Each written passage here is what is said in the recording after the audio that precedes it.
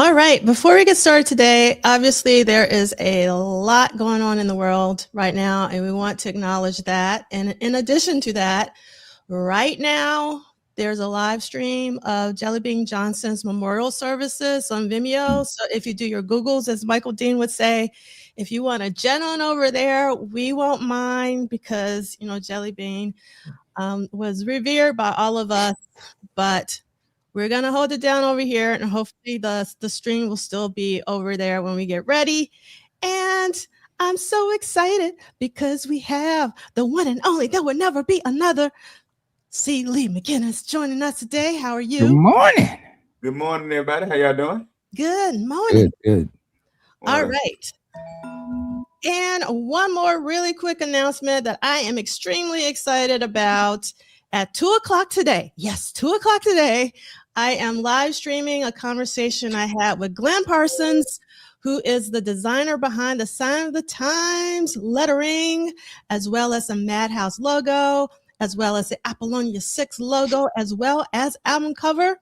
So I hope that you will join me live. And if not, if you join me live, you can see some of your comments memorialized for all time. But if you don't have time for that, you can watch it later. So I'm very, very excited about that. And with that being said, let's get started with what you are here for, at least. Kim, what did Prince do this week? Week 51?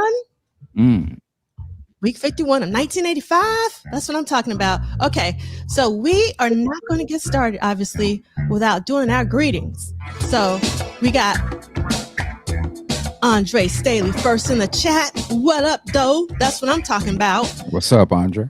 We got Cassandra Bradley and AT Alien. Oh no, going back to bed. I hope you feel better. I ain't mad at that. Move over. She's a damn it. I tried. I can't. I want to be here. I love this. Thank you, Cassandra. I hope that you get some rest. And I hope one day I should move this setup and be in the bed. Give you the real. That would be a cold show. Be like, Michael Dean, actually, I have this meeting with some of my students at 8:30 a.m. in the morning virtually, and I have a student who does connect from the bed. They're very invested, but they're laying down. There you go. Okay. And I could just play it off. I'm trying to give you the 1999 experience, like with the bed. You got to have your knee on too, Michael. What's the video? Let's pretend we're married or something. AUTL-matic. AUTL-matic. Yeah. That's the one. Get tied to the bed. Now, see, that's something different. and that's all you, D'Angelo. I don't know that world. The crazy thing about that video is it has one of my favorite Prince moments, and it got nothing to do with that damn bed. That's what's crazy about that video. For me, that AUTL-matic video, when it comes on, and Prince tip his head and grab the tip of his hat, it's about to go down. It's like that to me. And I tell you the truth is that damn heel at the beginning of Little Red Corvette, them two moments, you're like, wow. This is some pimp ass. This about to go down right here. Now that you say that, yeah, that is like a super moment. Like it's kind of forgotten, but yeah. Oh, it is not forgotten, Michael Dean. It is not forgotten. I am with Sheila E. My God, when I first saw that for the first time, I was like, what we gonna do with him? What we gonna do with him? It's like that's why when he always was on that pimp-ish, right? He was always on that, all the other stuff, yes, we love and all that. But at the end of the day, I'ma kill him with this. Like, you know. There's something pimp bones in his body, or something. It's something untapped, thing that no one's really investigated, but it's obviously there. Yes, that's right. All right. Okay, we're gonna do this real quick. We got Gabrielle from Australia. We got Lisa from H-Town. We got Teosophy. We have Sister Charles from H-Town. We got TP multitasking with Look at TP, multitasking with a celebration of life for Jelly Bean on Vimeo. We appreciate you so much. We got EA8133 from San Francisco. We got Arlene Oak from Canada. We have Jamal. Yes, please don't forget to hit the like button on the way in. Love you for that, Jamal. And we got Nick Felden from Denver. We got Audria, another ATLian. We have Heavenly Games. We have Mira. We have for Porter One. The substitutes were mean to you last week for Porter. That's right. I'm the head in charge. Don't worry about what your assignment was last week. Yes. All right. We got Purple Cat Confetti. Oh, this really warms my heart, Purple Cat Confetti. This is also my refuge in times of struggle. Yes, this is our happy place. I was so excited to join you today because I missed you guys so much last week. It wasn't the same without you. We got our timekeeper in the house. We got Chris Bournet in the house. And we got the Boombox Brew Brew. Yes, wow. We're always going to show love to Lotus Flower because Lotus Flower is one of my favorite Prince albums of all time. In fact, it's in my top 10. That's what I'm talking about. All right. We got LTK in the house. Oh, I think that was for the band. And then we got Realign the DJ. Let's see what you got today for your avatar. I always love looking at Realign the DJs. And then we got Dr. Claus Purple Saturday on the birthday weekend. Happy birthday, man. Dr. Happy Claus. Birthday. Yeah, maybe we'll get Michael Dean to sing happy birthday to you. Hey, we want Stevie Wonder version, bro. Then again, maybe not. Yes. And we got Gabrielle, we got Theo, we got LTKK. Yeah, I love that. I'm going to have to torture you now. Only a Prince fan would know what that means. Otherwise, if you're not, like, if you're just on your, you don't know what that means? I mean, I know where it's come from, but I don't know what he's talking about. I don't know that world, so I don't know. You know what it is. I do not, Michael Dean. You were the one referencing the AUT-O-Matic video, so I was just trying. Yeah, but you was the one. What did you say? It was the same energy and read it. You know, it's a whole other side to you. Oh my God. Yes. That's when my mama comes out. Okay. All right. So we got Purple Cat Confetti. They say pop go mama when daddy. Let me I'm done. Yes. I can turn on my mom whenever I want. My mom can change the energy of a room. So I can do that sometimes when I channel my mom. All right, so I was printed by my employer, the most incredible stained glass love symbol. That's what I'm talking about. I wish I had an employer that would give me a stained glass love symbol. That's what I'm talking about. You might be a good boss. If your employer is buying you stuff, you're a good boss. Right? That's right. That's right. And we have another Australian. We got 2 Australians in the chat, and I know it's mad early in Australia, so we give mad love to our Australian posse. Yeah.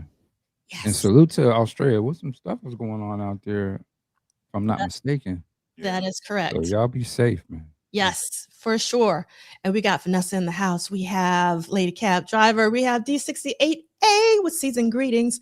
And Theo also loves Lotus Flower. Hey, don't forget to add MPLS to it now. When I'm listening to Lotus Flower, I'm also listening to MPLS. I put them two. Man. I put them 2 together. I ain't gonna talk about that 3rd CD, but I put them 2 together. Let's move on. Didn't they just classify Flower or something? Schedule, Dear State.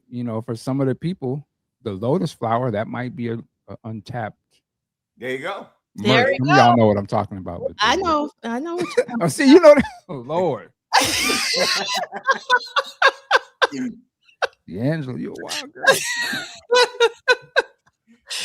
All right. Okay. I'm going to just put these on really quick because I'm so behind. Oh, yes, Dr. Claude, you got to put on Lotus Flower. Any day is a great day for Lotus Flower. It is so underrated. Folks don't talk about Lotus Flower. We should be talking about Lotus Flower. So we so want to make sure we uplift it.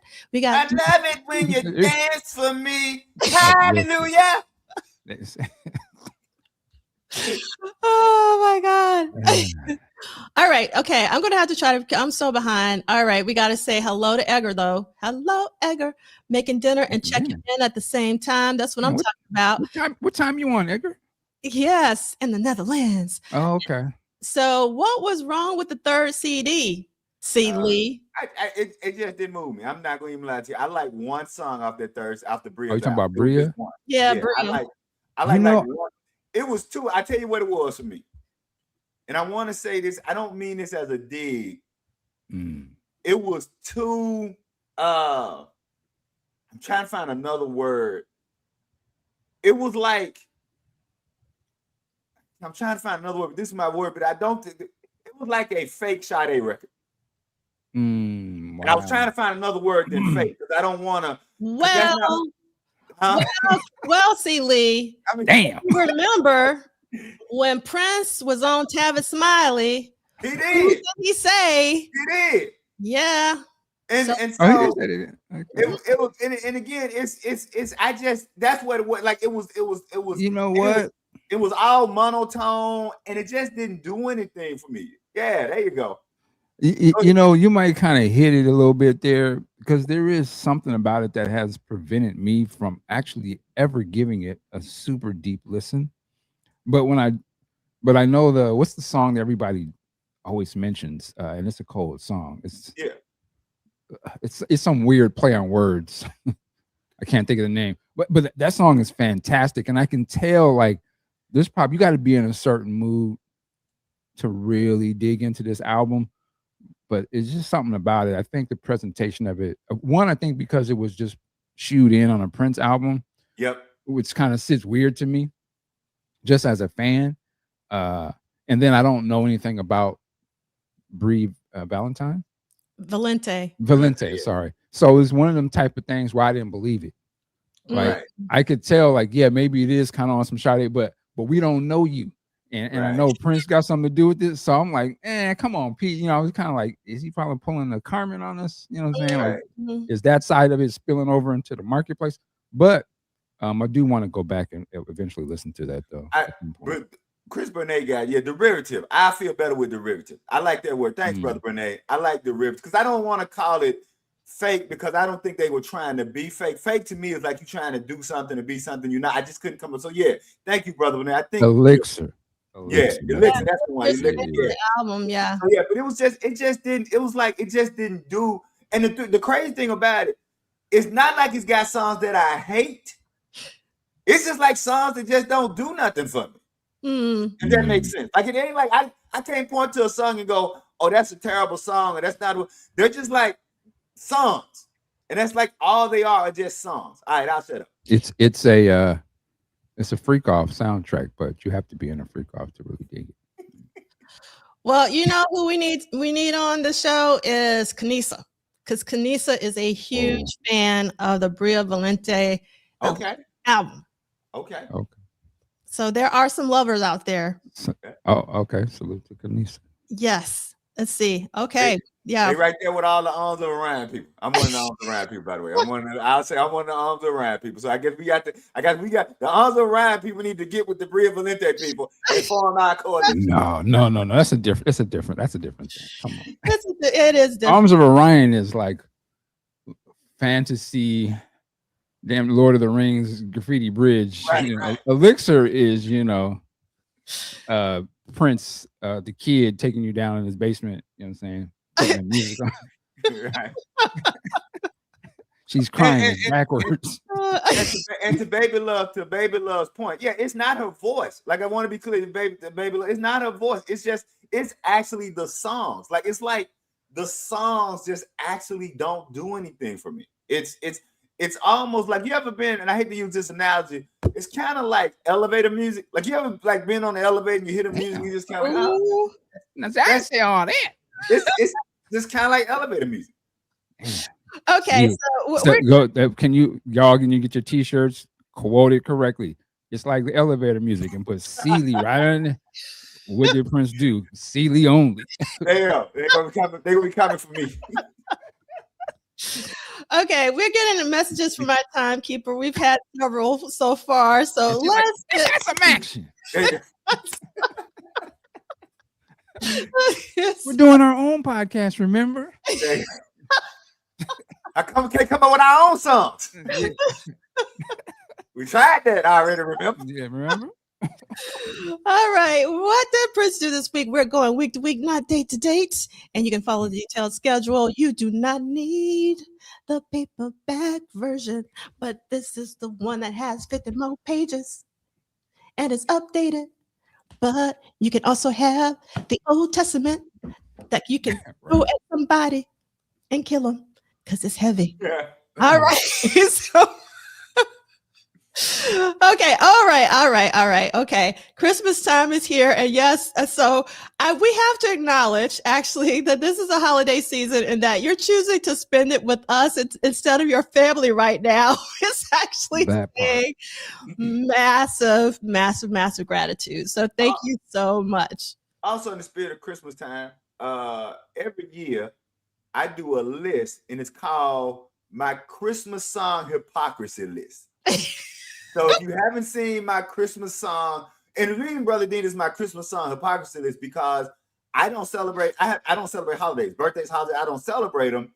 Okay. Yet I love Christmas music, and I have never figured out why. Like I don't like. Look, I'm gonna tell you how much I don't celebrate Christmas. When my stepchildren became teenagers, right? My wife and I stopped doing decorations. My post stepdaughter, Brother Dean, my post stepdaughter between the ages of 13 and 16 put up her own tree by herself. I look back on it, I feel so bad for that baby. Wow.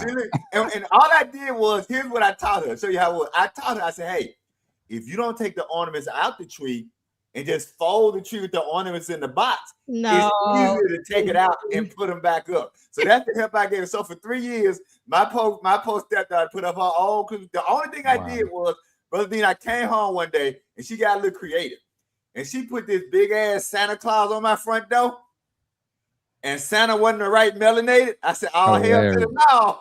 So I had to go get her a melanated Santa. That's all. But look at, I come home, it was a big old Santa Claus face on my front door. So yeah. But so anyway, check out that if you there you go.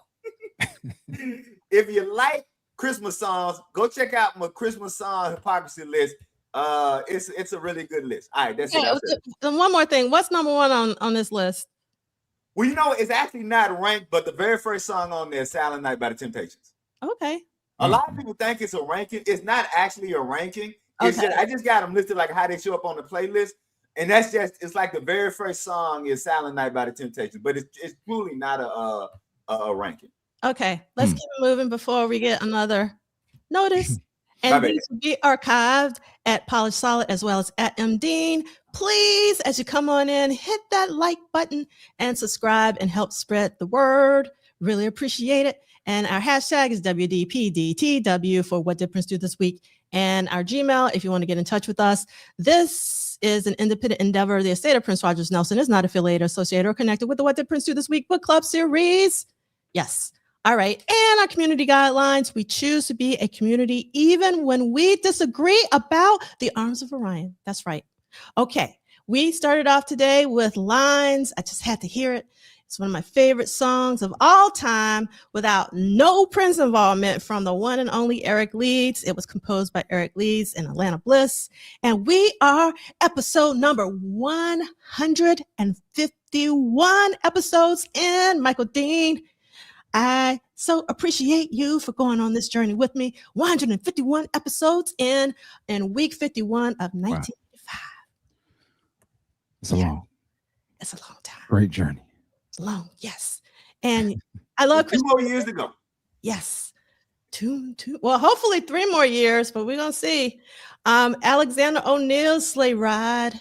Just want to say shout out to my Natchez, Mississippi homeboy. Alexander O'Neill, Natchez, Mississippi's finest, Xander, because Xander gonna need a steak, and Xander gonna need a house, and Xander gonna need a car. So Prince, you work all that out while Xander finishes his steak.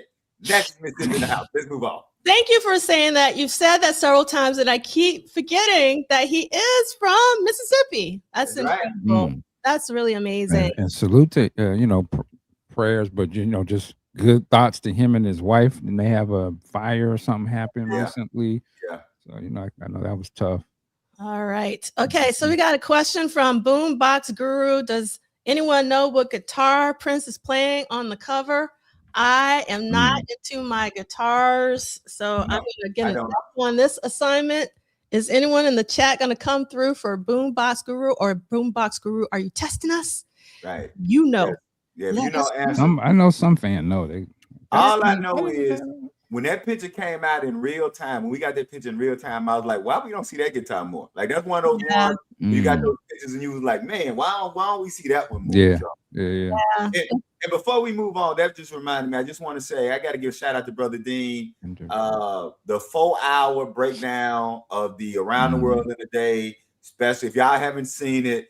And I was there for look at all 4 hours. Now it took me 3 days to go through all 4 hours. I ain't gonna lie to you, but y'all did an excellent job. So if you guys haven't seen the 4-hour breakdown of the Around the World in a Day new release, kudos to y'all, brother. That's it. I said. Yeah, salute. Thank you. That's myself, but Big Sexy. Yay. And we brought Day Dropping back. So it was trying to get the old school people back in. But yeah, that was fun. So I am a little behind on the company playlist, so I'm going to put that in. But I do have it in the slideshow because I haven't seen it yet, and I can't wait to hear all you had to say about that. And we got to give a shout out to Edgar, who. Way to go, Edgar. I mean, others said Fender Telecaster, but Edgar has the little bit more information. It's the floor Telecaster that can also be seen in the America Live video. That's right. Okay. Yeah. Wow. Yes. I love our community. Okay. So this week, Prince tracked 2 new songs, and there were 4 studio sessions. Since he's back from France, he is now back in the studio. So you can see on Monday, there is basically a Parade album compilation and a lot of mixing of a lot of songs that I just couldn't fit in this little square. But also there was a tracking of one of my favorite songs of all time. When I first heard this song, I was like, oh, especially the 12-inch version. I was like, Prince still got it. And that's Another Love, A Hole in Your Head. Love, love, love, love, love. The only thing I didn't like about that single, and I think Laura LaPuma talked a little bit about that on your podcast, Michael Dean, was why the 12-inch didn't have like the Jeff Katz photography like the other ones. It looks like a screen grab or something from the film or a movie. I don't know. It's an interesting choice. yeah, it's an interesting choice. It didn't sort of keep the theme going, and so that always kind of bothered me. But that's I wonder, as I'm thinking about this, I wonder, was it a thought of, I think the movie was coming out or about to drop when the single was out, and maybe it was a thought to show something from the movie kind of. That's a good, I like that theory, Michael Dean. Yes, let's take that. Okay. All right. So that happened on Monday. And then on Tuesday, there was, I didn't count this as a new song, but version 2 of An Honest Man tracking, as well as Kiss. Sometimes It Snows in April. Sissia is not a song. It's really an acronym, but I couldn't put the periods because of it. In terms of the square, and then Another Lover, voice overdubs and mixing. I Wonder You mixes. A lot happening this week to get Parade ready and music for the soundtrack. Then on Wednesday, there was Love on a Blue Train, the faster version, which I would love to hear, as well as the tracking for Love on a Blue Train. So I can't wait for us to talk about that when we get there. And then, I love that song, man. Do you really? Yes. Yes. Don't talk to me like that. I don't know what's going on with you today. I'm just happy to be back, Michael Dean. I'm so happy to be back. I'm sorry. It's like, it's beautiful weather right now in New York. The sun is shining. It's not cold, and I'm here with you guys. So I'm just really thrilled to be here talking about my favorite subject, Prince. Absolutely. All right. And then on Friday, we have 2 songs that were being considered for Jill Jones's incredible self-titled album, My Man, as well as Rough, some mixing. Okay. So let's get our party started. And who wants to start off by reading about the Parade compilation on Monday, December 16th? I'll do it. Get it out the way. All right. That's what I like. You want the Lisa Coleman quote? Yes. All right. During that time, 82 to 85, I think that he was a master pop piano player and a master gospel piano player. You missed all the... I'm sorry. I'm so ready to go. All right. Monday, December 16th, 1985, Parade album compilation. Another Lover, Hole in Your Head, listed as Hole in Your Head, track and overdub mix.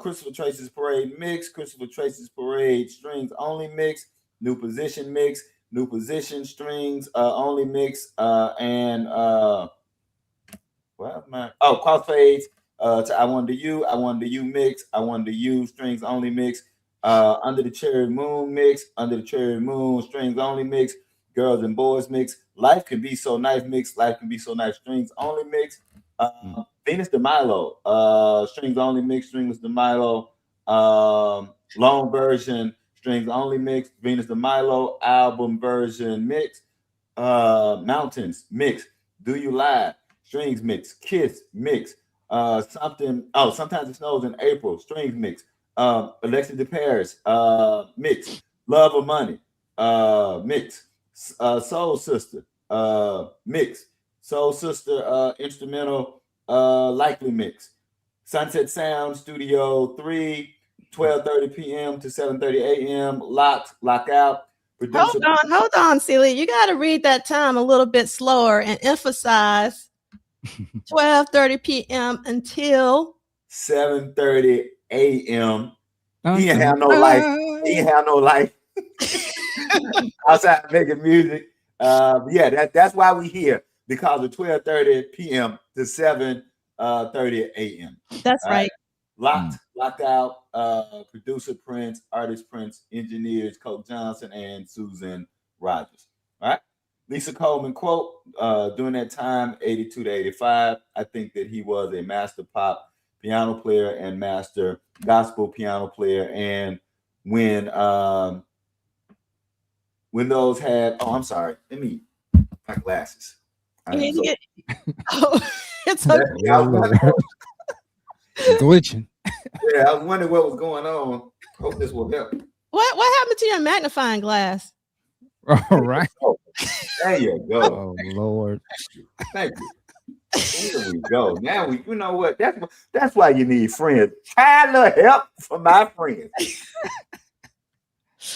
Thank you very much. All right. During that time, 82 to 85, I think that he was a master pop piano player and a master gospel piano player. And when those two worked together in tandem, he came up with amazing songs. Damn, I can see much better. And the kind of progressions he came up with, which delivered songs like Another Love, Hole in Your Head, those big chords, they're untouchable, end quote.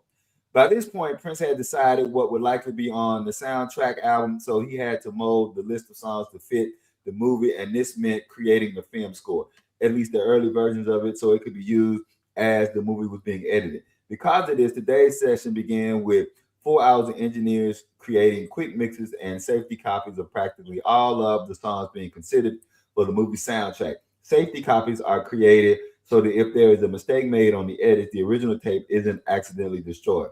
If the edits or mixes don't work out, Prince would still have the pristine version from the original session. Once the safety copies were done, the tracks were edited and mixed. Quote, I do remember one specific day or two where we remixed instrumental versions of all the stuff that was current at that time, recalls Coke Johnson. The biggest change in many other numbers was creating an orchestral mix that included only strings, likely for the film. All right, let me turn my page right quick. And get here. Hold on, sorry. At this point, it seems that Christopher Tracy's Parade was still being generally referred to as Wendy's Parade on the studio documents, but that changed at some point during this period. Wendy was disappointed with the decision, but ultimately agreed with the outcome. Quote, when he changed it to Christopher Tracy's Parade, I was like, oh, damn, too bad. But he probably felt it was better in the spirit of the movie, end quote. Regardless of the eventual change in the title, the phrase Little Girl Wendy's Parade remained in the song Kiss.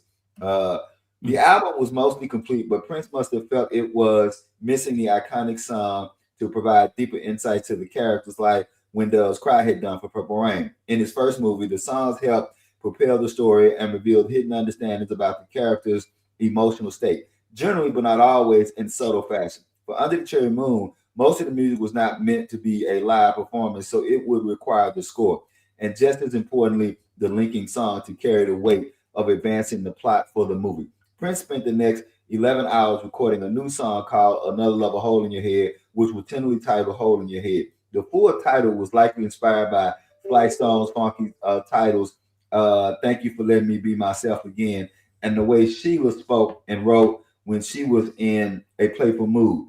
Prince recorded the track alone in the studio, although he recruited Susanna to add her voice to the chorus in a future session. Quote, it just stacks of Prince's vocals, explained Bobby Z. Continue quote, the trick was that that's the trick he uses on DMSR, where you just stack them and create like a real loud crowd sounding thing, end quote. 11 years later, Susan Rogers looks back in frustration about the quote, stupid Roland G707 guitar synth thing, which didn't track very well, end quote. You want the whole block quote? You want the whole block quote? You muted. You said no. Nope. Okay. All right. Go down to the next with the addition. Yes. Okay. With the addition of another. I'm trying to do something that I was supposed to do that I didn't do for the side deck, so that's the reason why that's what's going on. Oh, my bad. So with the addition of Another Love, Hold Your Head, Prince was able to lock down what he felt would be on the album, and first post-filming album configuration was created. Recalled Rogers. You want either the Rogers quotes? Let's skip them. All right, let's go down to the final 2 hours of the session were spent doing additional mixing on Another Love, Hold Your Head, and the running order of the album. The session ended at 7:30 in the morning, and just before everyone left, Prince had everything dubbed to 2 C90 cassette status. The 6-minute Another Love, Hold Your Head was edited to 4 minutes and 1 second for the Parade album and 3 minutes and 23 seconds for release as a single. Another Love, Hold Your Head will be added to the album soon after this session. Despite a wide selection of tracks that he recorded over the next month, the songs on the album and their order did not change after this assembly. Can I just real quick, Prince of States, just you better. Whenever you get around to the Parade special edition or whatever, you better have another Love, a Hole in Your Head 12-inch version. Better be on there. Go ahead and put that out before the release. You know, one of those singles that you put out, Atmos remastered, and then we need to hear all versions of Another Love, a Hole in Your Head on there on the, you know, as additional tracks. Just put them all on there, and then all of the string mixes and all that. You better. All right, there we go. So I love the new you better. Yeah, so better. 2 quick things to tie to Kim. Inspector Clouseau, you say. Right, so okay, I've said this before. Another Love, a Hole in Your Head has created, not the word conflict, what's the word I want to use? It is the big, and I want people in the chat to help me out. I want y'all to help me out. It has created the biggest issue for me that since 1986, I still haven't been able to resolve. And here's the thing. I think on the album, on the Parade album, the segue from Kiss to Another Love, a Hole in Your Head, for me, is my favorite segue on any Prince album. Like when I talk about one song going into another song, Kiss going into another love, a Hole in Your Head. That is for me that when Kiss ends and that guitar. But here's my problem. On my actual playlist of the album, I have the long version, 12-inch version of Kiss, and I have the 12-inch version of Another Love, a Hole in Your Head. And so the 12-inch version, it begins with the drum beat, right? Remember, Another Love, a Hole in Your Head doesn't begin with the guitar solo. It begins with the drum beat and then the guitar solo. So I always, when I'm listening to it, I got to hear the 12-inch of Kiss and I got to hear the 12-inch of Another Love, a Hole in Your Head. But what that means is I miss my favorite segue, which is on the album, the end of Kiss. You know, that Kiss and that guitar solo, because that guitar solo also is so gangster Because that's in the movie where he signed "fuck you" and say, "tell him it's Chinese," and it kick in and he pimp out like the greatest pimp of all time. So that is, y'all can help me with that. But even though, so when I hear it, I still miss how it sounds originally on the album. That's it. I'll shut up. All right. So Chris Paul is saying, I think Chris Paul is saying that "I Would Die for You, Baby, I'm a Star" is also an amazing segue. I ain't gonna argue with you, brother Paul. I ain't gonna argue with you. You get no argument from me. All right. And so let's see. Is it Zach? Hi, Zach. It says the 12-inch of Another Lover isn't perfect for me because it doesn't start with the guitar. I get you. I get you, but the problem is it's got that at the end. The oh my God, to put the foot. I'm with you, Zach. I miss the guitar, but I need that whole 12-inch. So I don't know what to do. All right, and let's see. What I want is an extended version that starts like the studio but doesn't fade out. Yes, I'm with you, bro. That would be perfect, brother Zach. That would be perfect. Okay. I'm actually now I'm really remembering how these click together. I think somebody said it does sound, because right when it comes in, doesn't it, you hear him? Oh, yeah, right at the beginning. Yeah. To me, it actually kind of cuts a little too abrupt too. But I mean, I understand.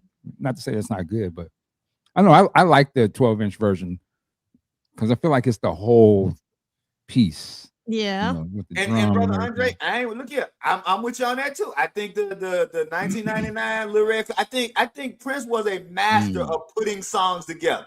Yeah. So I'm not. That's why I noticed I said it was my favorite and not the best. Yeah.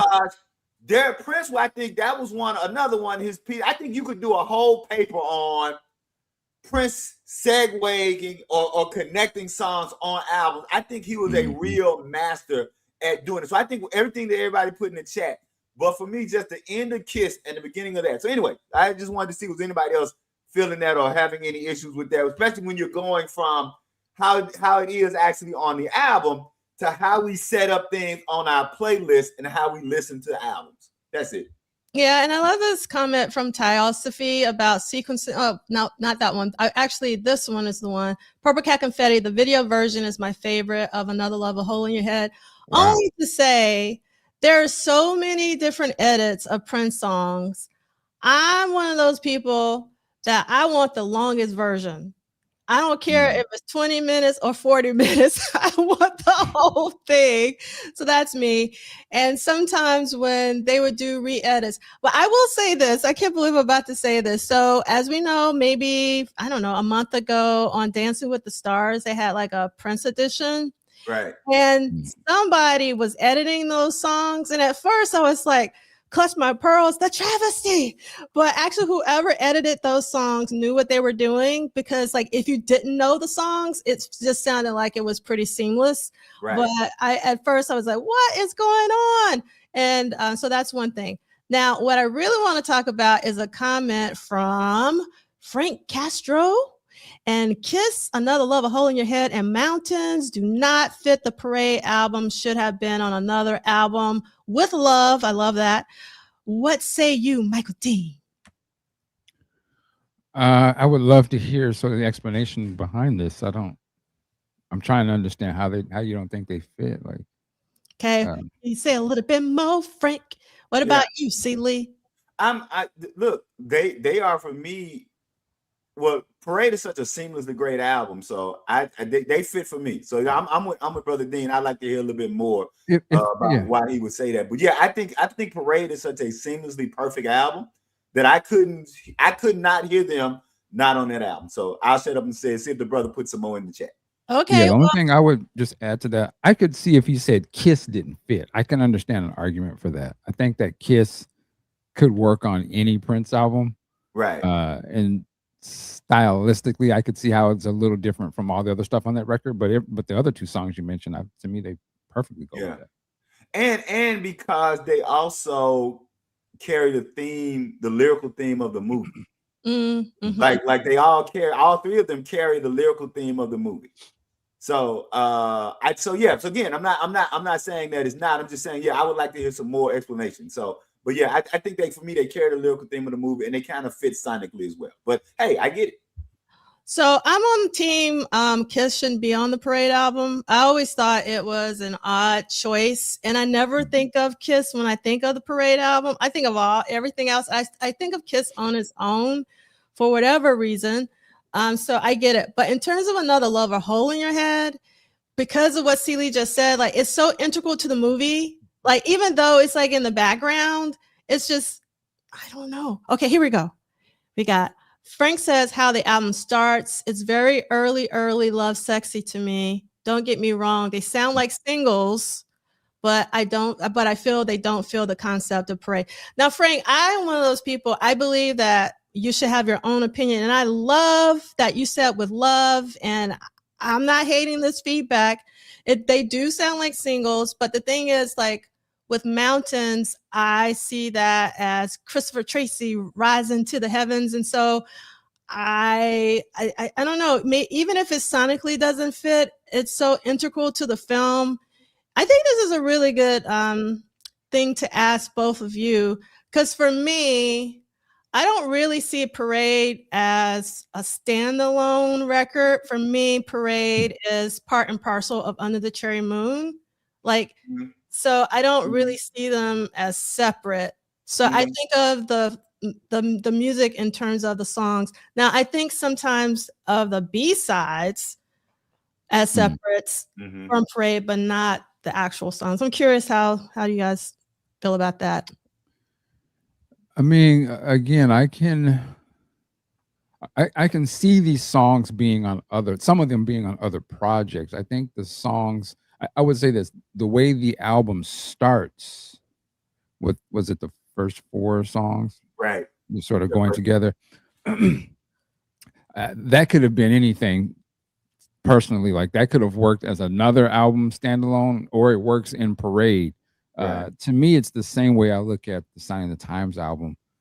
As much as in my mind it is imprinted in the way that it was presented to me originally as the Sign of the Times album, when I go back and do my Googles and research and reading, and I'm like, oh, that's actually made up of a couple of other projects of Dream Factory, Camille, Crystal Ball, then I could someone could tell me those songs can work this way too. Sign of the Times was not the lead on Crystal Ball, it was just another song on that record, but then he was able to transform it as the lead focal point of a different project with some of the same songs. So I could see Parade being done the same way. It could certainly have been a pure piano strings type of a record, like some of the stuff we hear in the background of the movie. But I also think that it has to be a Prince record too. So you have to have stuff like Kiss, Another Lover, because that's like, this Prince. You expect to hear some R&B and some funk. I don't know if he was old enough to just put out, a Prince and Claire Fisher sort of project, which I would have, trust me, he would have been playing the piano and his Honest Man and Venus de Milo, I would have ate that up. But I don't know if that might have been a little too much. But so I think this, Parade to me was a great concept record. It's the soundtrack to a movie, and it's not like Purple Rain where they have to necessarily be about what he's talking about. But I think the way the songs make you feel, they put me in the mind, at least with my limited knowledge of what I thought being, in Europe was about. It made me feel like that. When I heard Do You Lie, I was like, oh yeah, kind of in my mind, that's how I would feel like being over there, kind of has that vibe. Or Girls and Boys, so it just had a vibe of that, what I'm saying? And I thought he did that perfectly. So that's sort of my take on it. And I would say that, yeah. So to say to brother Frank Castro, I understand where he coming from in the sense how we all as friends, I'm not Prince fans. I'll give you a different example. I have never listened to the album 2010 without Cause and Effect being on it, because for me, Cause and Effect and Compassion are the real beginning of the album 2010. But one of those songs are not on the album, and I think it's Cause and Effect. Is it Cause and Effect? Yes, Compassion. Right. 2010 opens with Compassion, right? Yeah. It's not one. It's not like I listen to it. Okay, It does. Yeah. Yeah. So, but because if you remember, Cause and Effect got released or got played early, right? So before 2010 came out, Cause and Effect came out, and I think whatever boot I had, it had Cause and Effect and Compassion. And if you listen to the lyrics of Cause and Effect and Compassion, they're actually bookends. Cause and Effect. If you think about a sonnet, if you know what a poem a sonnet is like, a sonnet is a two-part poem with a question and an answer. So Cause and Effect is the question and Compassion is the answer. So in my mind, the album 2010 is incomplete because it doesn't have Cause and Effect on there. So even when I bought Cause and Effect, even when I bought 2010, I immediately put Cause and Effect at the beginning. So I have never in my life listen to the 2010 album without Cause and Effect. So I understand where Brother Frank Cash and other people are coming from about how we put things and take things out because of what sonically. So I wanted to add that because I don't want anybody to think we don't understand from where y'all are coming from. That's one of the things about Prince with all these B-sides and these unreleased things. And we know the era in which these songs are written. It's sometimes hard for us not to can't say so. It's sometimes hard for us not to think of a particular song with a particular album because we know so much behind the scenes stuff. You can't take it from that. So I'll set up on that. Okay, I don't want to go into a side conversation. It's one that's really important to me, but I will say this. The quote from Lisa is one that really stands out to me about Prince's piano playing at this time. And if you compare Prince's piano with, let's say, the piano and the mic piano performances, it's a different playing style. Right. So I just want to point that out, and we won't go into that because we don't want Kim. Okay. All right. So this is it's peak Prince piano playing, in my opinion. Yes, that's what I'm saying, Michael Dean. Definitely peak. Yeah. Yes. So it would have been amazing. Okay, I'm going to stop.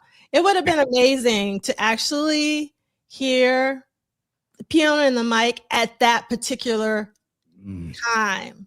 That would have been extraordinary. Just for Tracy on tour, that would have been incredible. That's all I want to say.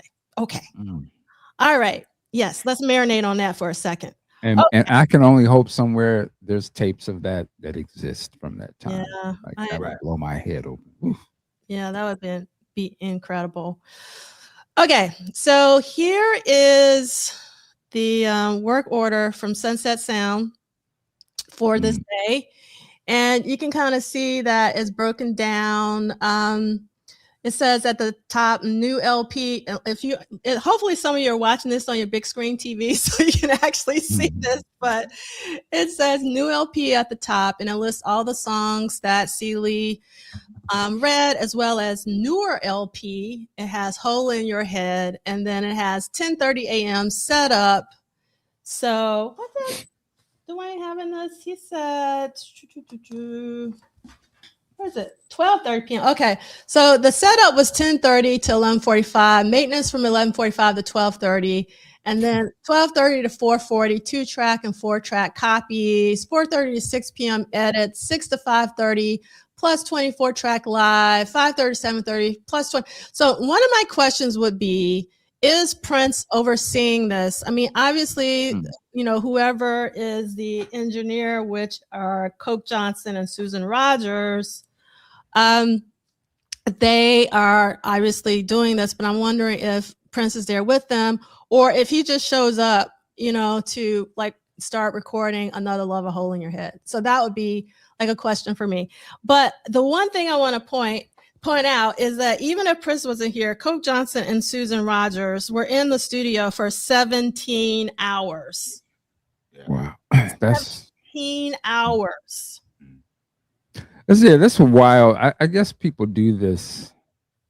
I just wish they could have took their time, just do one mix a day or maybe a couple songs. Give your ears a rest, man. But I mean, not to say that they're not great mixes, but his music could have sounded different too, with just like some real like in-depth mixing. But I understand his process was so fast. Just want to keep it moving. Yeah, he wanted to keep it moving. So now D68 Ace is saying, Michael Dean, there is a 1984 Sunset Sound piano rehearsal including Venice de Milo. Really? Yes. Is that And so? Yep. And make sure we can find it on this is the DE68A channel. So make sure we can find it on that. Yes. All right. Michael Dean, do you want to read our next date, which is Tuesday, December 17th? All right. An Honest Man, version 2, tracking overdubs mix. Kiss mix. Sometimes It Snows in April mix. Another Lover, Hole in Your Head, listed as Another Lover, vocal overdubs mix.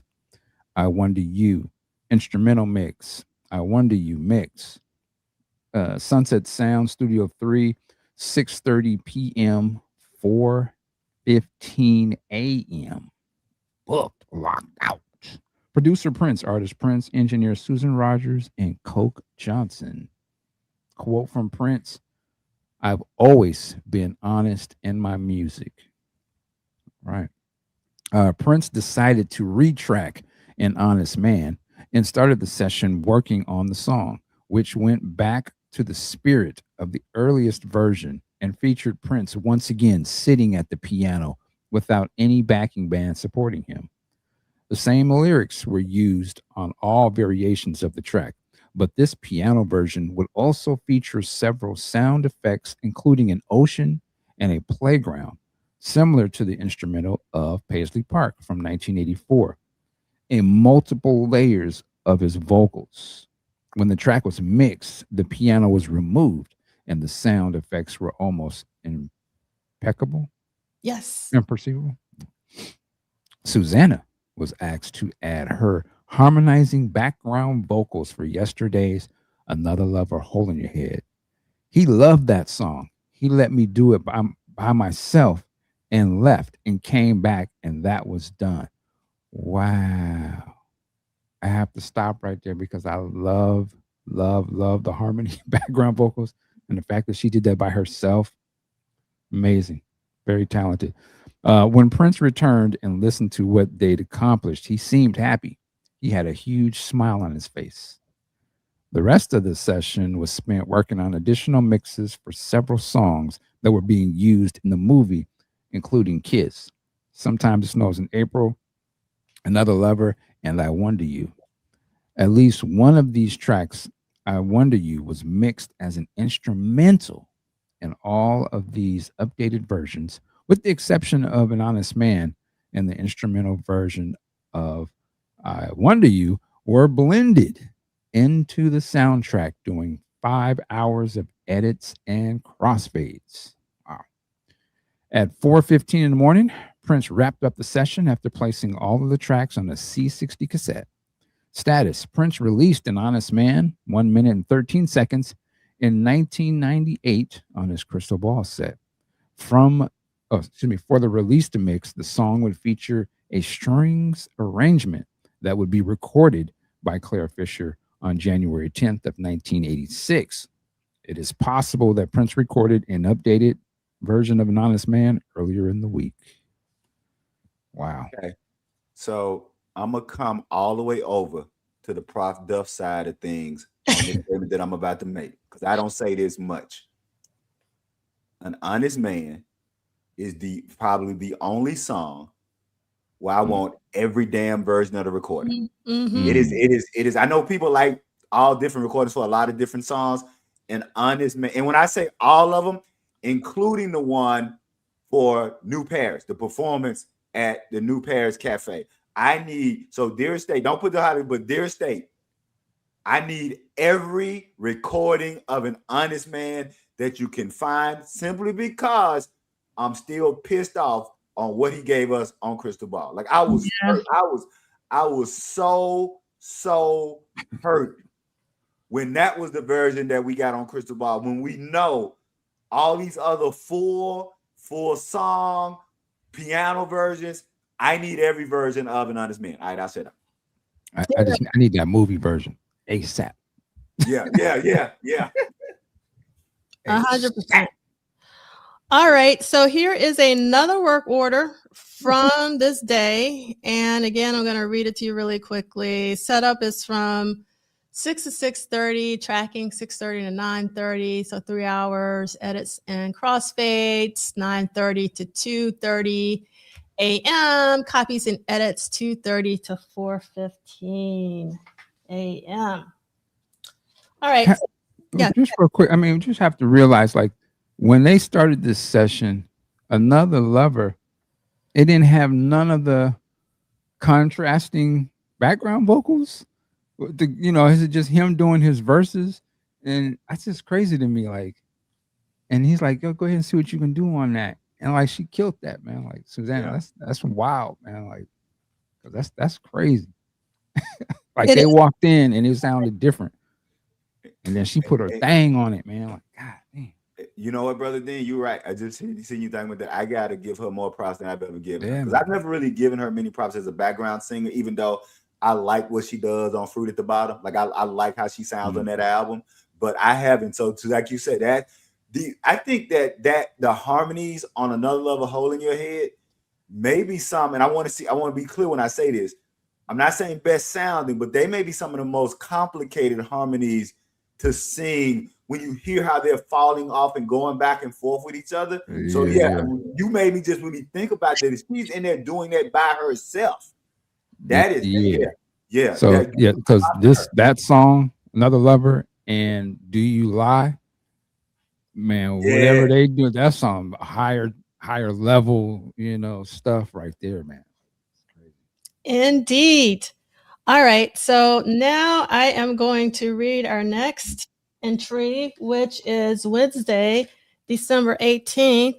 Love on a Blue Train, faster version, likely tracking overdubs mix. Love on a Blue Train, tracking overdubs mix. I really want to hear this faster version. Sunset Sound Studio 3, booked, locked out. Producer Prince, artist Sheila E, engineer Susan Rogers, Coke Johnson, and David Z. Rifkin. Susan Rogers quote, "He was really happy with Love on a Blue Train. We spent a lot of time on that." The credits on some of Prince's side projects didn't always reflect who was actually involved, according to Susan Rogers. On the third album, Sheila had more control over that than she had before, and I was not properly credited on that. I did a lot of engineering on it. I introduced basic tracks for the whole thing of Love on a Blue Train, for Cuckoo, the basic track, Pride, and I love me some Pride and the Passion. One day, those songs were things that I did and engineered. I'm so happy, Michael Dean. I thought I was the only one. No. I think because I was Prince's engineer, Sheila was trying to downplay Prince's involvement, therefore my involvement. And I think that's why my name was left off the engineering credit. She immediately apologized for it and said she was going to have it corrected with the next pass. To me, it didn't matter because I knew she wanted to look, I think, a little bit more autonomous in the making of that record. So it was important that my name was left off for that reason. Now, I'm going to read the rest, but so at 2:00, I am live streaming my interview with Glenn Parsons, who is the gentleman who did the iconic Sign of the Times lettering. But did he get credit for that on the album? No. So there are no credits on the album. And only through Michael Dean's podcast with Laura LaPuma did I learn that Glenn Parsons was the guy behind the Sign of the Times lettering. So if you're into Prince and you've been in Prince a long time, but for the newbies, there were always issues with the credits. So that's the reason why PrinceVault.com and Duane Books are really good to make sure you understand what the true credits were. So, because there was always credit issues. Okay. All right. So Prince had overseen the 2 albums he recorded with Sheila E. And now that he was back in Los Angeles, he apparently thought that they should record some new tracks for her next release. So he created Love on a Blue Train, starting with the drums as always. Prince added bass and the Ensoniq Mirage keyboard to the track, along with Sheila flavoring it with percussion. At an early point in the session, the song was supposedly a much faster groove than the version that was released. I really want to hear the faster version. I said it already 5 times, but I want to say it again. Dear State, we need that faster version.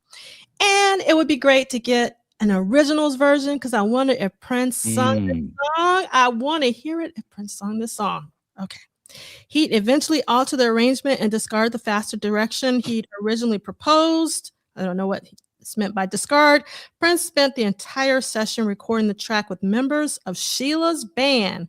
Levi was in Sheila's band at this time. During this period, Susanna would have usually joined him in the studio, but she flew back up to Minneapolis to work with Karen Crediger, I love me alliterative names, on the home that she and Prince would share. Okay, I'm not going to. Yeah, I'm going to skip that paragraph. The song contains a classic funk reference to the Gap Band's 1979 hit, I Don't Believe You Want to Get Up and Dance. Oops. Also known as, this is how I refer to it, Oops Upside Your Head. Say oops upside the head. Say what? Oops upside the head. Say oops upside the head. All right, that's for the noobs. All right, go ahead. Yeah. Upside your head. Gap Band. Yeah, with the chant Jerome upside your head, which had also been used during the family's concert earlier in the year. Status. Love on a Blue Train, 7 minutes and 41 seconds, was released on a Japanese 4-track maxi single 12-inch and CD. It was edited to 5 minutes and 29 seconds for the third album and reduced even further for the single edit release. The faster run-through version remained unreleased during Prince's lifetime.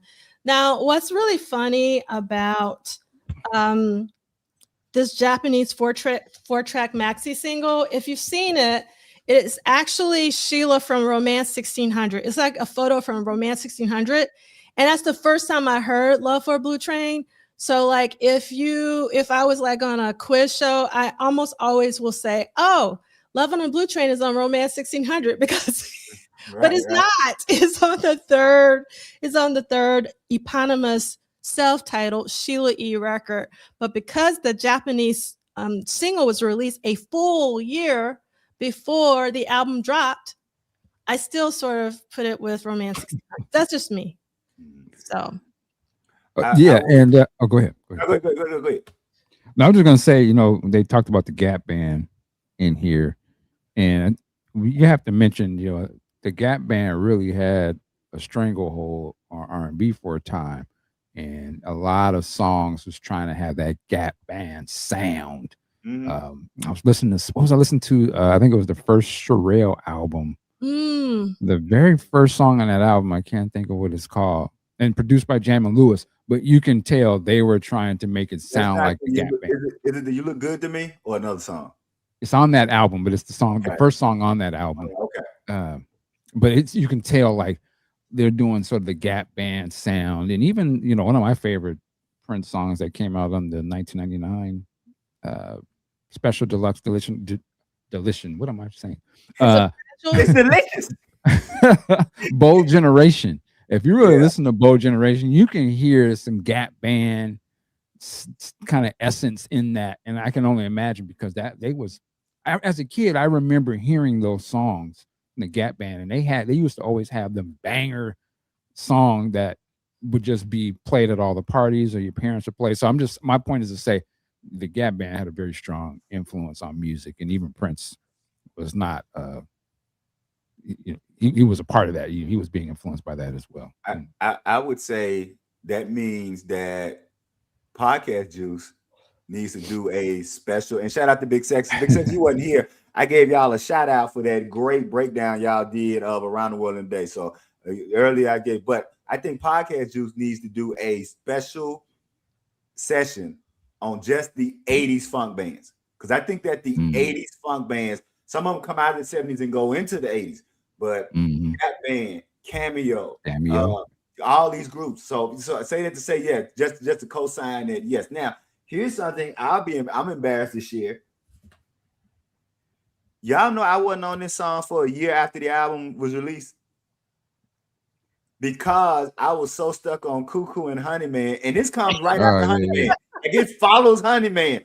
I would pick the needle up on Honeyman and put it back at the beginning. Honey, like literally for about 3 or 4 months. I never got to the end of the album because for me, Honey Man was the last song on the album because I kept picking it up, putting it back. And then when I found, I went and so this is one of those what I call those major grooves. I've always looked at Love on the Blue Train as this should be a live song groove vamp out.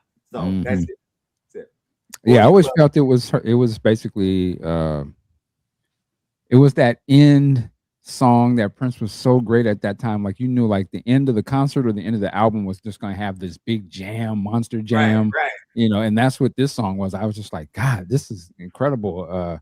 And I couldn't wait to see her do it live. And I don't know if I ever really saw her do it live, but yeah, this her. I don't know, we're just deviating, but that third Sheila E album has bangers on it. Like you already mentioned, Honey Man, Pride and Passion.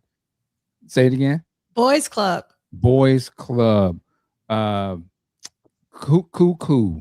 Yep. I mean, there's just so many bangers on there, and I was so mad that Hold Me, was that the song? Yeah, that was the big one that, you know, I was like, he ain't even touched that, but right.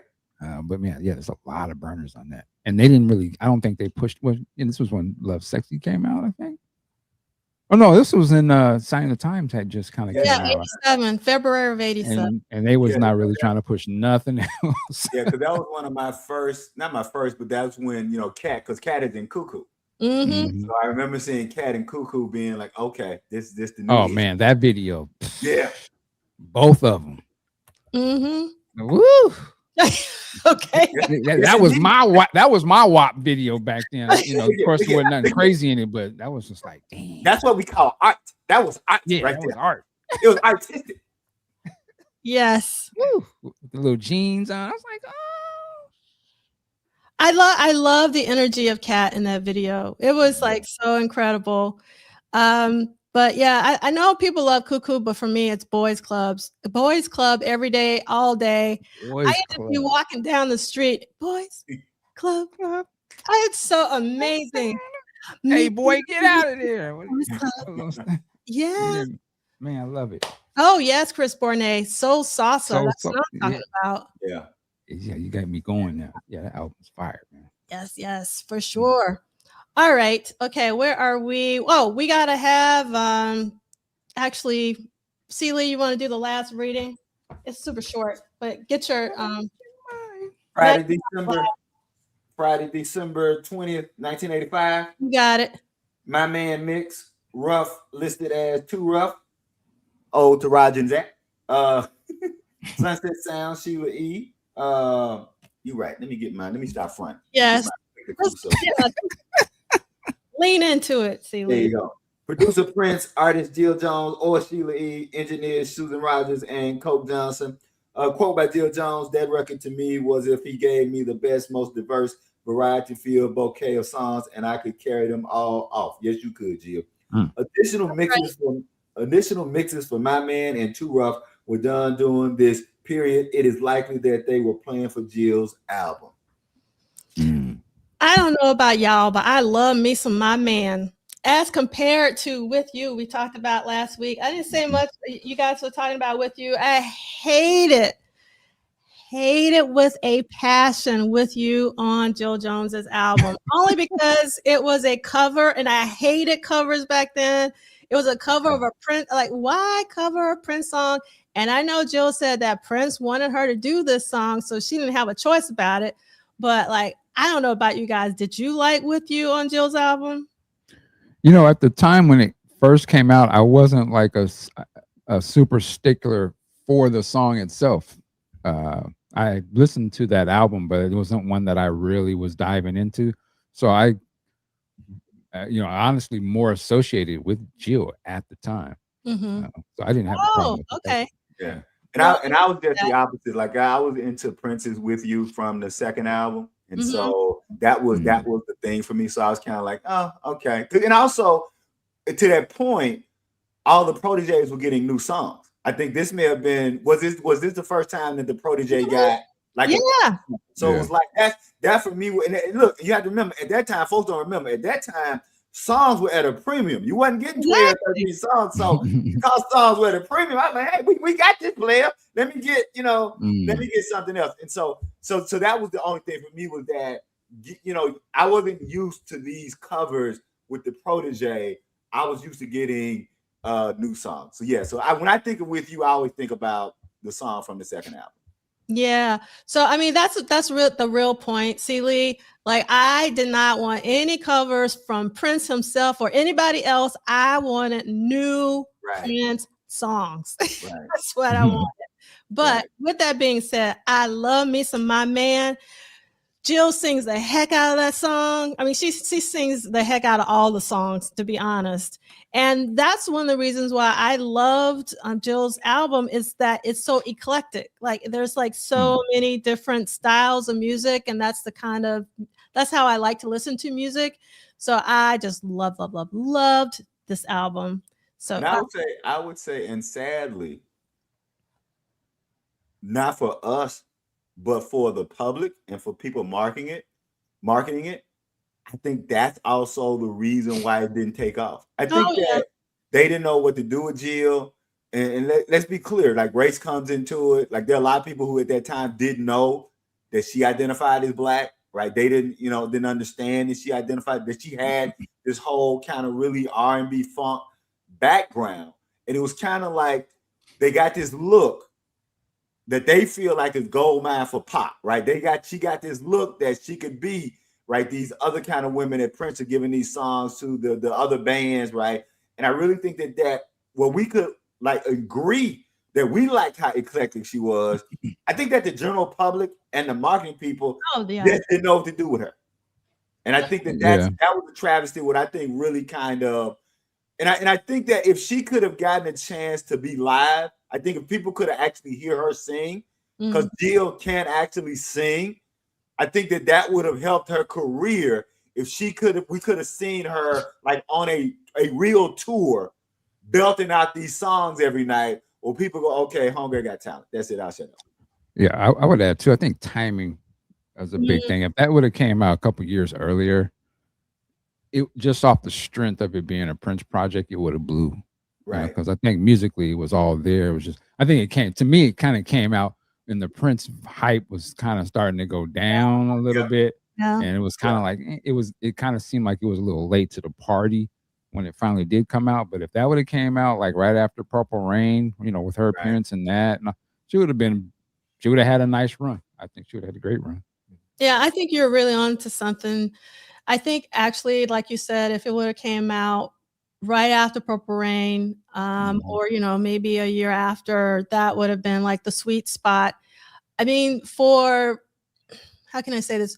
We love Under the Cherry Moon, but in real time, Under the Cherry Moon got the Razzies. Like, there's like awards for Razzies, like one of the worst films ever. I don't think it's the worst film ever.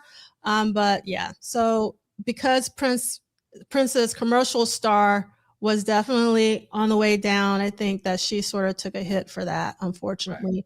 Alongside what Celia is saying, that is very, very eclectic. So this is still Prince related. So Doyle Bramhall II was Susanna's husband. And the first Doyle Bramhall II record was actually produced by Wendy and Lisa, for those of you who don't know that. But the second album, which is called Jelly Cream, is incredible. But the reason why it didn't do well was because it was too eclectic. And what's crazy about Jelly Cream, and Celia, I think you'd be interested to know this, is that Eric Clapton and B.B. King, on that first Eric Clapton B.B. King album, covered 2 songs off of Jelly Cream. Oh, I did not know that. Yeah, on their first record, and actually had Doyle Bramhall come into the studio and play on it. And that's how he started touring with Eric Clapton, because of 2 songs off of this Jelly Cream record, which is incredible. But because it was so eclectic, the marketing didn't know what to do with it. So Jill was in the same, if it's too eclectic and they can't put you in a box, then they don't know what to do with you. So that is just. I am today years old learning that, and I'm writing down Jelly Cream. Because I love both of those Clapton B.B. King albums. But Riding with the King is probably my favorite, but I love both of those Clapton B.B. King record. So thank you for telling me that. I did not know. Yeah. Somebody just put in Riding with the King. I think that's the second one. I think Riding with the I think that's the second one. Yeah, Riding with the King may be the second one. Yeah. For sure. So I know that one of the songs that they cover is Marry You. So whichever one that Marry You is on is and they covered another Doyle Bramhall II. And if you get an opportunity to see Doyle Bramhall II in concert, run, because he is also one of the most amazing living guitarists you will ever see. So I'm just saying that. And because he grew up playing with So somebody just said, yeah, that is on Riding with the King. So it's on the Riding with the King. Okay. Very good. Very good. Awesome. And I'm blanking. Oh my God, I can't believe I'm blanking. But he grew up in Austin, Texas, and there's someone's name that's on the Stevie Ray Vaughan. Yes, he played. Yeah, once you said Austin, Texas, Stevie Ray Vaughan. Yeah. Yes, he played with Stevie Ray Vaughan. And so that should tell you all you need to know. Look, this is extending, but I got to drop a name since we're talking Austin, Texas, Stevie Ray Vaughan. If you don't know who Jackie Vincent is, bad ass black female guitar player, blues rock player. She's out of the Austin, Texas area. She's out of that kind of Stevie Ray Vaughan. So just kind of extending that thing. If you Jackie Vincent is a killer, and she writes all her own stuff, and a killer guitar player. All right, I'll shut up. So yeah, we're making that link. Thank you for that. All right. Okay. So we are getting to the end of the What Did Prince Do This Week part of the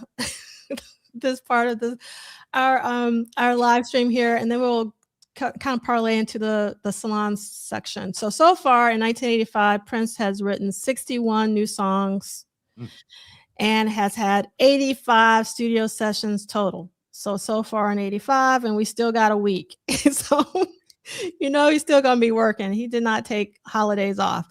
All right. So this week, our new songs were Another Lover, Hole in Your Head, and Love on a Blue Train. So those are the new songs this week. All right.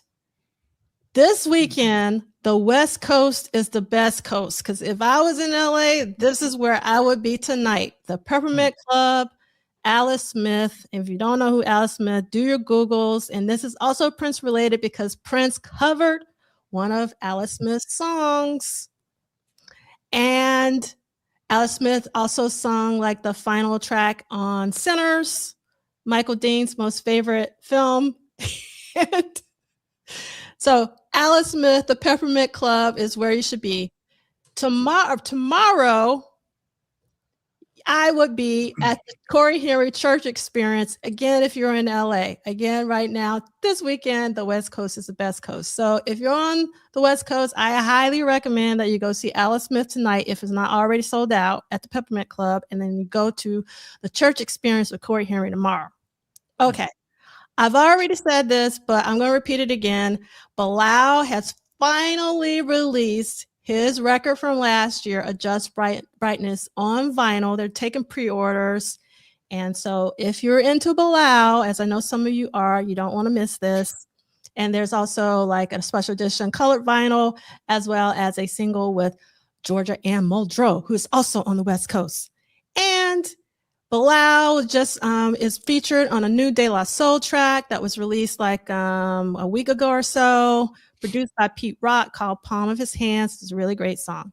All right, Purple World. We already talked about this, but in case you weren't with us at the beginning, in about, I can't see the time, in a little about like 43 minutes, we're going to live stream this pre-recorded interview with Glenn Parsons, who is the designer / illustrator behind the iconic lettering for Sign of the Times, as well as Madhouse, for all the Madhouse folks out there. He did the logo for that, as well as Apollonia 6. But not only did he do the logo for Apollonia 6, he's also behind the album cover. And I was extremely excited to find out more about this freaking album cover because I never understood it. I was like, what is going on with this Apollonia 6 album cover? So like some buildings or pillars. Yeah, with the buildings. Pillars or something. Oh, I never saw that behind him. I didn't even know that was back there. I didn't really know. That was my bad. Brother Dean, I thank y'all for letting me know something behind them. I did not know behind them. My bad. Yes, You wasn't really supposed to know, but now you do. Oh my God. All right. So thank you so much for correcting me, Tara. De La Soul came out like a month ago. All right. Can I Talsby? Let me say this to you, Talsby. Here's the cool thing about the movie Sinners. Now he's talking about what he never. Here's the cool thing about the movie Sinners. You could actually turn it off when the vampires show up, and you still got a good movie. So for people like, because I almost didn't watch because it's one of my favorite movies too. But I always tell people that I thought I was Lady Catch. It's stuff back there. Did nobody tell me there was stuff back there? But the great thing about the Sinners movie is the minute the vampires show up, you can turn it off and you will still have a complete movie. It's still a great blues movie. So that's it. Let's move on.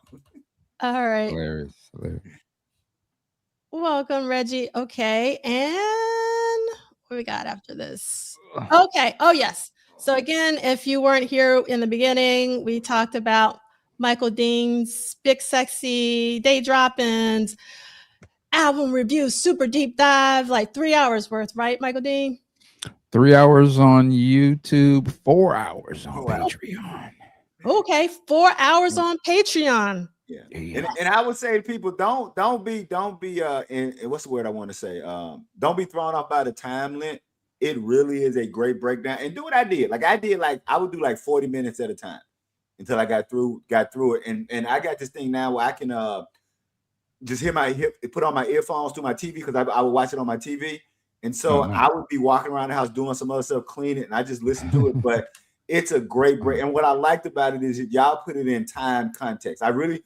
For me, the hello, when y'all talked about hello, and y'all gave the kind of time and y'all put it in the context of what was happening during the time, the whole thing is great. But the apex of it was the breakdown on hello, and y'all really get into the weeds on what that meant. And that hello is actually a clapback track, right? And people don't think about hello as a clap, but just the whole thing. I'll shut up. But yeah, it's great. So I just want people intimidated. Don't be intimidated by how long it is. Guys, you can listen to it the 40 minutes at a time, and you come just like I did. And it took me about 2 or 3 days, and I got through it. It's great. Man, thank you. Well, I was going to say, somebody said link. If you go to the link she just showed to see it on YouTube, in the YouTube, in the description, the link to the full one is there where you can go and sign up and all that good stuff. I was going to say, if you really want to watch it in real time, get a feel for it. So imagine if you watch this show. I'm going to tell you how we recorded it. If I'm not mistaken. We did, I did this podcast. I think we did 2 hours or something. And then I took an hour break and then we recorded that month. So it was like a full-on day of just. So you were doing your Prince Sunset Sound thing then? I guess so, right? Yes, I did this show, and then I said I'm gonna eat something. I made me some grits, some eggs, sat down, and then jumped right into this, and we was ready to go. So yeah. Well, I can't wait, and I'm so happy that you let me know that the Patreon version is the one to watch because I am a Patreon of my. Oh well, yeah. The Patreon one has the music. Okay, that was the big difference. All right, thank you for letting me know that because I was going to watch it on YouTube. All right, and let's see. So out in the streets, we have a new announcement from the Prince Estate. We got vinyl for the first time, Hit and Run, Phase 1 and Phase 2. So hopefully everyone is excited about that. Okay, I'm gonna do a little Birdman on that one. I was gonna say something slick. I was gonna say, well, I'd be listening to Phase 2 like I always do. Wow. I'm just saying, like, I'm not mad at it. Keep something. You always got to have something in the pipeline. So I do appreciate that. Again, they just need to get somebody in there that just really understands the totality of Prince's stuff. You know what I mean? Like, so that we always talk about stuff like Madhouse and Jill Jones. There's a lot of obvious things that the fans would want, that are not available, that haven't been available for so long. So I appreciate Around the World in a Day, even though it wasn't, the deluxe that I wanted. The music was enough. I mean, at least they gave us something to sound great, blah, blah, blah. And this will be cool too, Hit and Run. But, let's be very clear. There's still a lot of just obvious stuff, at least to, the real hardcore fans, a lot of obvious stuff that needs to be given some sort of attention, or at least just let us know, yo, we hear y'all. We might be working on. We kind of working on that. We we're not. Yeah, we're gonna put Hit and Run, and we're doing the bed sheets, but we know we got some of that heat back there. So that's kind of the thing. I think we just want to make sure, especially as we go into 2026. As we go into 2026, that's why I say you better. Like, we're not playing no more. Like, okay, Around the World in a Day, we didn't get okay, but the next joint, more squeezing you, kiddo. Like, you better kick ass, or else. It's going. I just think it's going to be a different. You're already kind of. There's already a rebel resistance, brewing in the fan base. You know what I'm saying? But I think it's going to go all out war. If we don't get that proper, especially the deluxe edition that we sort of been accustomed to, it's something that really represents the totality of Prince and the artistry and everything. So I'm just saying, like, 2026, we're gonna do better. We're gonna show up. We're gonna show up for a celebration. You dig? 10 years, but y'all, come on now. It's time to show and prove. That's all I'm saying. And I will say this. And again, they're just doing the album releases, and I'll just put this out in the ether. Even though I'm a phase 2 guy, I was never really into phase 1. I'll tell you what might turn my opinion on phase 1. If there is a version of $1 Million Show with Prince as the lead vocal, I might could get roped, because that was because opening the album with a song where somebody else was singing the lead, it put me in a bad mood that I couldn't recover from the rest of the songs. And so if there is a version of $1 Million Show that has Prince vocal as the lead, I would really love to have that, so I could add that and make phase 1. But I'll end on this though. So, but despite that, I would say that I think that phase 1 might have a collection of songs that today's youth could enter into Prince in a way that they may not in the songs on phase 2. Because I think phase 2 was songs for us. I think that phase 2 was and at phase 1, Prince was kind of reaching for kind of a younger audience. And so I do think that there are some things on phase 1 that like people who are listening to whoever's hot today. I think those phase 1 songs, I just want a $1 Million Show with Prince's vocal. I'll shut up. All right. And then, so another thing that I was super excited about until I realized that I couldn't order it from the US, and I think it's because of what's going on in the world, are these 7-inch singles that are being exclusively released through, I want to say, Rolling Stone magazine, which they've done before. So that's also happening, for those of you who don't know. That's very Prince-like, Yes. Planet Earth and things of that nature. Yes. And so Michael Dean has already talked about Celebration. So Celebration this year will be June 3rd through June 7th. It's a really important one because it will be 10 years since Prince's passing. And then we're also celebrating 10 years as well as Under the Cherry Moon and Parade for I Wonder You 40, which will be virtual on Friday, Saturday, and Sunday. Will be in person in Brooklyn at 370J, where we've had the in-person symposia the past couple of times. And I am extremely excited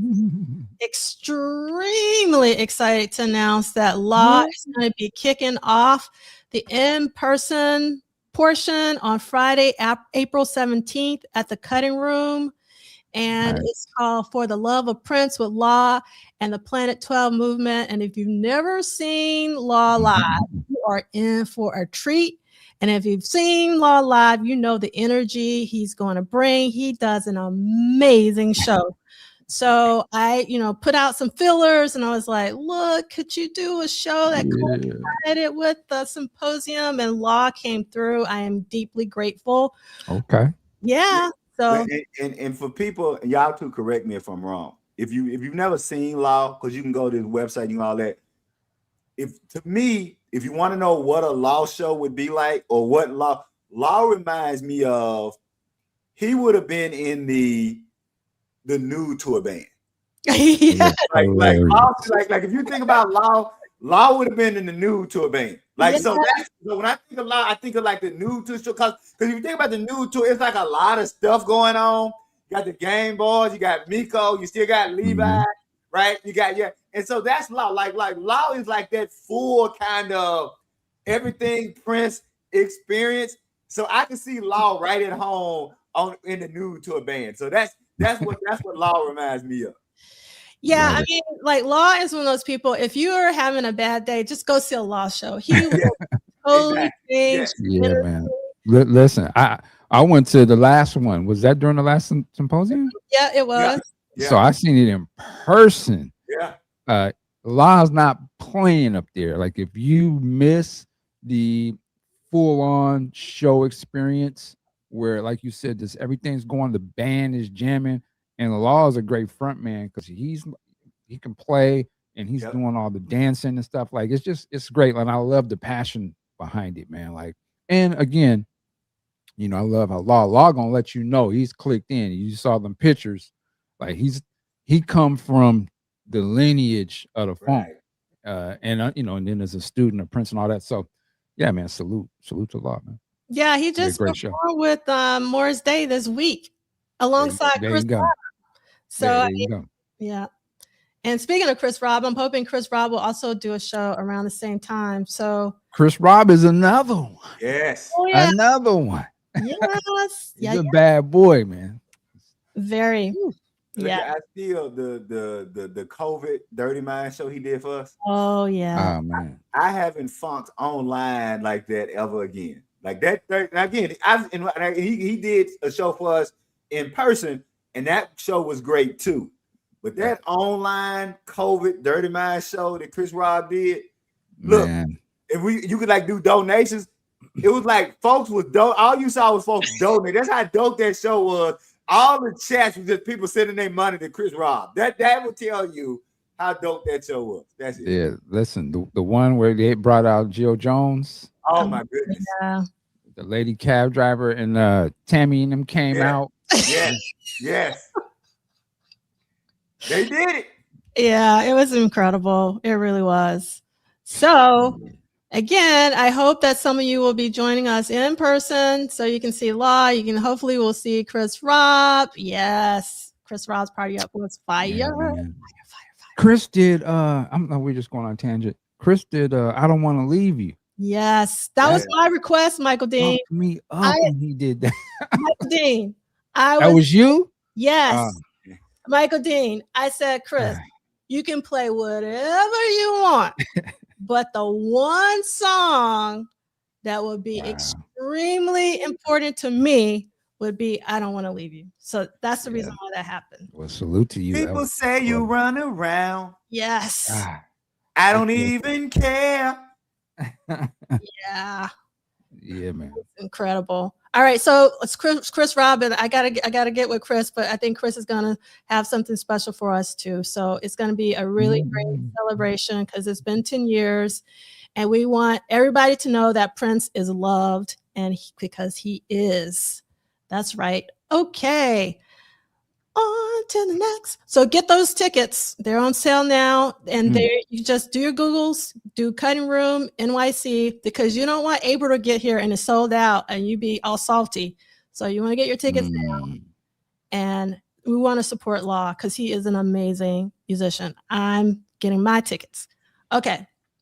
So we cannot forget our beloved Dr. Funkenberry, particularly during the holidays when things can be kind of, not so great when you're going through things during the holidays. So we want to send loads of support and love to Dr. Funkenberry. And if you can, continue to support him through GoFundMe because the hospital bills have not stopped. They're still going. Mm. So please, keep him in your prayers and thoughts, as well as Addie Durant, who was instrumental in the Clubhouse fan audience produced amazing, incredible audio reenactment of Purple Rain, which you can still hear on Clubhouse, as well as Des Dickerson. So we got 3 GoFundMe. So if you can, just support them in any way that you can. If not, just shower them with love and appreciation during this holiday season.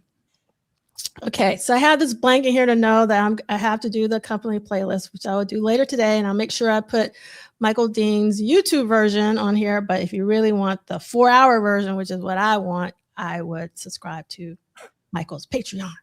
All right, and then the celebration homegoing is still going on. I think they're going until 2 or something. So there's a live stream of that on Vimeo. Again, you can do your Googles like Jelly Bean Johnson Celebration of Life, and you can find the Vimeo link. And we miss him so much. And speaking of Law, so Law did a performance with Jelly Bean, I think a year ago at the Cutting Room, where he'll be performing, and it was an incredible show. It really was. And they did this amazing version of Princess I'm Yours. It was Scorching live. So Jelly Bean and Law performing I'm Yours. It was like amazing. So the Chris Rock, Jill Jones thing is not online. It was like a live. You had to be there. Yep. You had to be there. Yes. And he called her up and the magic happened. Yes, yes. There's some clips floating around online. You might be able to find some clips. But then they did for Girl Answers, right? Yes. Yep. I remember. Yep. And they had the ladies up there in full cosplay, and jamming. And when's the last time you saw a performance of that song? And this may be so. My father, Brother Dean, who was arrested during the Civil Rights Movement, who was a Vietnam vet, that was one of his favorite songs from Vanity 6 Hours. Oh, really? He loved it for Girl, and he loved the line, "It's 2 things we can't stand: one, the Jack Talk man. The Jack Talk man with no money. Click. They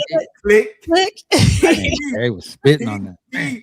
He thought that was the black. If you talking about a man raised on Stevie Wonder and Miles Davis and the movement, he thought that was the blackest ish he had ever heard. He was sometimes he said, "Hey man, go put that Girl Answers song on. Go put that album." I said, "It's the Vanity 6. Yeah, go put that Girl Answers album on for me." Nah, we're not gonna go down the rabbit hole. Never mind. All right. So are you gonna take us out, Michael Dean? Yeah. If we are ready to get up out of here, great show today. Welcome back, D'Angela. Thank you. We missed you. I'm glad to have you back. Salute to Ricky. Yes. Shout out to Rick, Big Rick. Love you, Rick. Good. Yeah, absolutely. Much love to you. Mo love. Salute to everybody in the audience. Seeley. Ted. We didn't see Ted today, but salute to Ted. Man, go check out the interview. It's going live here, I think, with the top of the hour. Yes. Yes, at the top of the hour. Definitely check that one out. A Sign of the Times, Glenn Parson Talks. Can't wait to check it out. Yeah, working like a job. She's about to also go check out some Avatar. I got to do it. But wait, Michael D. So yes, I want to go see Avatar, but my husband doesn't want to go see it. Can you convince my husband? Oh, well, I mean, if he ain't convinced by just you alone, I don't know what I can do. Okay. From a God perspective, so I'm an Avatar hypocrite. Oh, okay. I will admit I'm an Avatar hypocrite. I didn't go see the second one because I was protesting. It took them so damn long to make it. I forgot about what the first one was about. Right. Right. So I'm like, people, you ain't gonna. And so all my cousins, everybody would do it. I don't remember what the first one. My cousin was like, well, damn it, just watch the first one to come. So this number 3, I ain't even seen number 2 yet because I'm still protesting that it took so long for it to come out. But anyway, I heard that 2 is great, and I heard that 3 is gonna be great. So y'all go check it out and I gotta watch 2 before I watch 3. Yeah, I'm just going for the spectacle of it. I love the presentation of it, just the 3D and the way it looks. I don't go to the movies as often as I used to, but I will go for if it's something that's, the spectacle. I do want to see that. So yeah, for sure. But I will say, y'all know I'm all for claiming my hypocrisy. So I will claim my hypocrisy. I didn't go see Avatar 2 because it took so long for it to come out. Yet I was the first somebody who went to go see Christmas Story 2 when it came out, and that damn movie was 30 years after the first one. So y'all don't remember Christmas Story. You'll shoot your eye out with that kid, the kid that wanted the BB gun. That's a classic. Yeah, they made the kids, everybody grew up. And so they like 30 years later, they made that. People say, so you wait 30 years to go see a Christmas Story, but you won't wait 5-6 years to see Avatar 2. So I will admit I'm being a hypocrite by not seeing Avatar 2. That's it. All right. And with that being said, we are out. Peace.